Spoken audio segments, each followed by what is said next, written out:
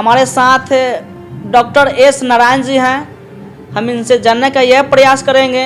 लोकसभा क्षेत्र में जाते हैं, भ्रमण करते हैं, सभी लोगों से मिलजुल भी कर रहे हैं। और इस बार जो वैशाली लोकसभा क्षेत्र में चुनावें होने वाली है, 25 तारीख को वोटिंग है। सांसद के रूप में जनता वोट देगी और सांसद किसको बनाएगी, हम डॉक्टर साहब से भी जानने का प्रयास करेंगे कि इस बार क्या माहौल है।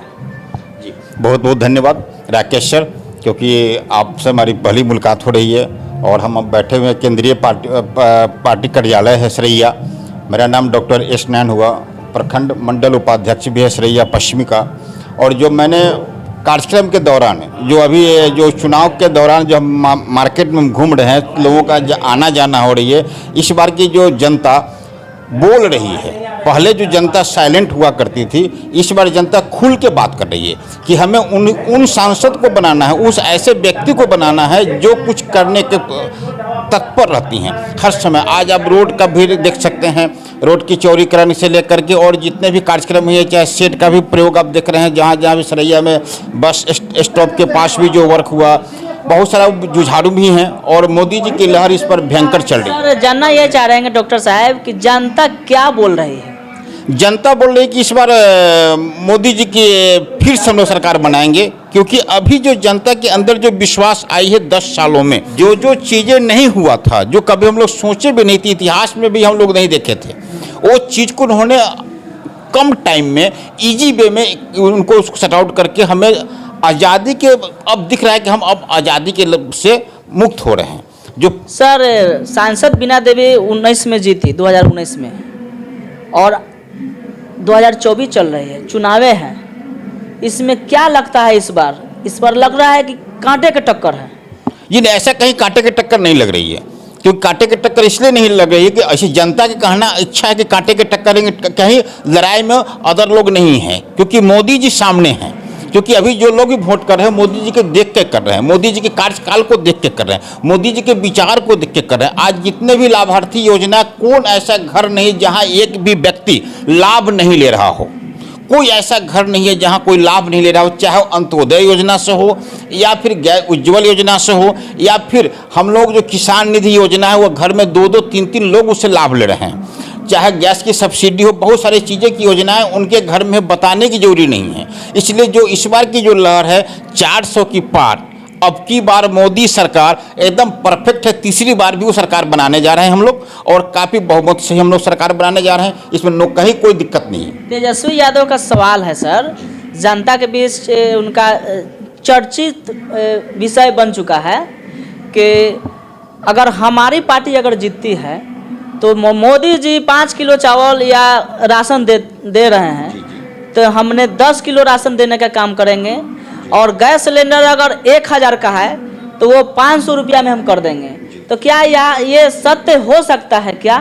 ये तो जुमलाबाजी हो जाएगी, ऐसा हो नहीं सकता है। सर जुमलाबाजी की बात आपने कहा, डॉक्टर साहब मानते हैं, लेकिन जुमलाबाजी तो ही नरेंद्र मोदी भी किए थे। उन्होंने बोला कि जनधन योजना वाला जो स्कीम है उसमें घोटाला हुआ है, उसके बाद 15 लाख रुपया खाते में आएंगे। 15 लाख रुपया खाते में आए नहीं, नोटबंदी हुआ। तो क्या नोटबंदी से और ये जो जनधन, ये जो खाता में आने वाला जो बात बोले हुए थे, तो क्या ये जुमला नहीं था क्या? नहीं सर, ये जुमला इसको नहीं कहेंगे। कि आज देखिए जनधन योजना जिन लोगों ने, जिनकी भी खुली, आज उनके कोरोना काल में हर घर में, हर परिवार में अगर 1-1, 2-2 या अगर उनके अकाउंट हैं तो 1-1 हज़ार रुपये उनको सहायता राशि आई। तो जुमला कैसे कहेंगे? आज सभी वर्ग के लोग परेशान हैं। लेकिन सवाल यहाँ डॉक्टर साहब 15 लाख का था। देखिए 15 लाख की जहाँ तक सवाल है, उन्होंने 15 लाख रुपए आज वो हम और आप सभी को स्वरोजगार से जोड़ने के कार्य किए। लोग रोजगार देते हैं, रोजगार के क्या गारंटी? आज देखिए गूगल छटनी कर रही है, अमेजन छटनी कर रही है, रेलवे छटनी कर रही है। तो आज जो हमारी जो जॉब का जो रेशियो हो वो नहीं है। जब तक हम आत्मनिर्भर नहीं बन पाएंगे तो हमें मोदी जी हमें आत्मनिर्भर बनाने के प्रयास कर रहे हैं। ये तो बहुत अहम रोल होना चाहिए, लोगों को समझ में आना चाहिए कि जब हम आत्मनिर्भर बनेंगे तो। सर मेरा सवाल एक और है कि मोदी जी राशन फ्री दे रहे हैं, लेकिन मोदी जी राशन फ्री दे रहे हैं, लेकिन मोदी जी शिक्षा फ्री क्यों नहीं कर रहे हैं? देखिए बहुत अच्छा प्रश्न रहा। आज हमारी सरकार चल रही है, पहले से भी। आज ये मोदी जी 10 साल से हैं, ऐसा हैं, लेकिन इसके पहले भी तो हमारी राशन फ्री थी। राशन का जो कॉस्ट था वो भी हम लोगों को फ्री मिलती थी।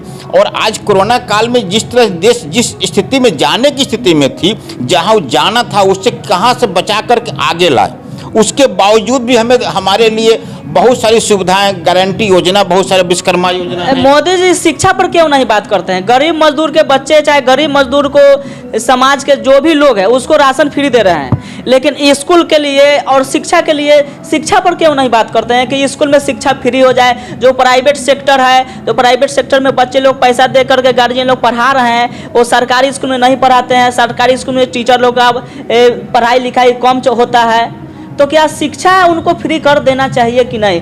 मेरा सवाल ये है। सबसे बड़ी चीज़ है कि हमारी जो मूलभूत आवश्यकताएं होती है, रोटी कपड़ा मकान, मेरी जो मूलभूत आवश्यकता है हर परिवार के लिए रोटी कपड़ा मकान। रोटी तो हमारे प्रधानमंत्री दे ही रहे हैं, अब रह गया मकान भी, जो अभी सभी लोगों को जो घर मिल रहा है और आने वाला समय घर मिलने की जो संभावनाएं हो रही है वो भी है। अब आ गया स्वास्थ्य में जितना बढ़ चढ़ के उन्होंने हिस्सा लिया। आज एक एक गरीब जो अपने बीमारी होने के बावजूद अपने गांव के 5 लाख का आयुष्मान कार्ड बनवाए, 5 लाख आयुष्मान कार्ड बनाओ, 5 लाख का लाभ तो लेने के हकदार हो गए। अब जो वो घर सोचना नहीं है कि मेरे पैसा कहाँ से आएगा, हम जमीन बंधक रख के नहीं ले सकते, अपनी गहना बंधक रख के नहीं। महिलाएं अपनी गहना को, अपनी जेवर को बंधक रख के इलाज कराती थी, उससे तो निश्चिंत हो गई। हर रोड में, हर पेट्रोल पंप पे उस पे बोर्ड लगा रहता है, नरेंद्र मोदी का बोर्ड लगा रहता है, माननीय श्री प्रधानमंत्री का, उसमें लिखा रहता है बेटी पढ़ाओ बेटी बचाओ। तो क्या भारत में बेटी पढ़ाओ बेटी बचाओ, बेटी सुरक्षित है क्या? 100% सुरक्षित है। पहले के अपेक्षा हम लोग काफ़ी सुरक्षित हुए हैं। और अभी जो पूरे प्रदेश की मैं बात कर रहा हूँ, देश के अपने भारत की बात कर रहा हूँ, कि आज कोई दूसरा देश आंख उठा के ताकने के लिए तैयार भी नहीं है। अगर आंख उठा के ताकता भी तो मोदी जी के चेहरा जब दिखता है तो साइलेंट हो जाते। पहले लोग सुरक्षित नहीं हुआ करते थे। हमारे देश की जो नौजवान है, जो सेना है, जो हमारे LOC पर रहते हैं, उन लोग पास अभी गर्व से सीना ऊंचा हो गया है, क्योंकि नरेंद्र मोदी उनके पीछे हैं। भारत एक मजबूत देश बनकर भर रही है। क्या भारत के तो प्रधानमंत्री बनने लायक राहुल गांधी भी तो हैं? नहीं, राहुल गांधी जी भी हैं, नो डाउट, लेकिन राहुल गांधी की अंदर जो क्वालिटी है वो क्वालिटी अभी तक प्रखर नहीं हुआ। अभी तक उनको प्रखर हो जाना चाहिए था, जितना उनको समय मिला। राहुल गांधी बोल रहे हैं कि अगर हम प्रधानमंत्री बनते तो संविधान को बचाएंगे, नरेंद्र मोदी फिर प्रधानमंत्री बन जाएंगे तो संविधान को हटा करके अपना संविधान लागू करेंगे। बहुत सुंदर राकेश सर, संविधान की बात करते हैं तो संविधान कोई भी बचा नहीं सकता है। संविधान बचाने के लिए आपके पास रोटी कपड़ा मकान, जो संविधान हमारे भीम साहब अम्बेडकर जो लिख के गए, बाबा साहब जो लिख के, उसको कोई नहीं बदल सकता है। वो बदलने के किसी के पास राइट नहीं है। लेकिन कुछ ऐसी संविधान में कुछ संशोधन, आज हमारे सांसद की हमारी चुनाव हो रही है, सांसद क्या करती हैं, सांसद पर जो जाते हैं वो क्या करते हैं, देश की संविधान को कैसे उसे और अच्छा करें।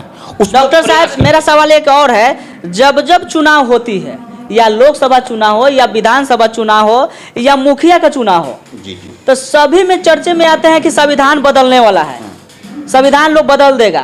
ऐसा क्यों? सर, होता क्या है कि हमारे जो विपक्षी पार्टी उनके पास तो कोई मुद्दा ही नहीं है, तो जो मुद्दा विहीन है वो क्या करेंगे, वो संविधान की बात करेंगे। संविधान कैसे कोई बदल सकता है? वो आज का संविधान तो नहीं है। हाँ, उसमें संशोधन हो सकती है, जो संशोधन करने की चीज़ें वो पार्लियामेंट में बैठ के सभी लोग सांसद बैठ के संशोधन करते हैं, उसके बाद वो पास होती है। ऐसा तो संविधान कोई नहीं बदल सकता, ऐसा तो नहीं है कि कोई बदल दे। अब उनके पास कोई मुद्दा ही नहीं है तो इसी बात को लगा रहे हैं। उनके पास कुछ नहीं, कहते 15 लाख अभी तक नहीं मिला, 10 साल हो गए मोदी जी को। भैया 10 साल हो गए, 10 साल अब तक 5 साल और तुम 15 साल उसको जोड़ो। डॉक्टर साहब, एक और सवाल, मेरा लास्ट क्वेश्चन है, वैशाली लोकसभा क्षेत्र से आप किसको मदद कर रहे हैं और किसको वोट दे रहे हैं? सर, वैशाली लोकसभा क्षेत्र से हमारी जो NDA के प्रत्याशी हैं, बीना जी हैं, मैं उनकी मदद कर रहा हूं, क्योंकि भारतीय जनता पार्टी के ये गठबंधन के साथ हैं, तो मेरा तो फर्ज बनता है ना। और हम प्रयास भी करते हैं कि लोगों को मोटिवेट करते हैं कि आप ऐसे प्रधानमंत्री को लाएं, ऐसे जगह अपना वोट को मिसयूज ना करके यूज में लाएं जहां देश की तरक्की हो, आपकी आत्मसम्मान विश्वास बढ़े।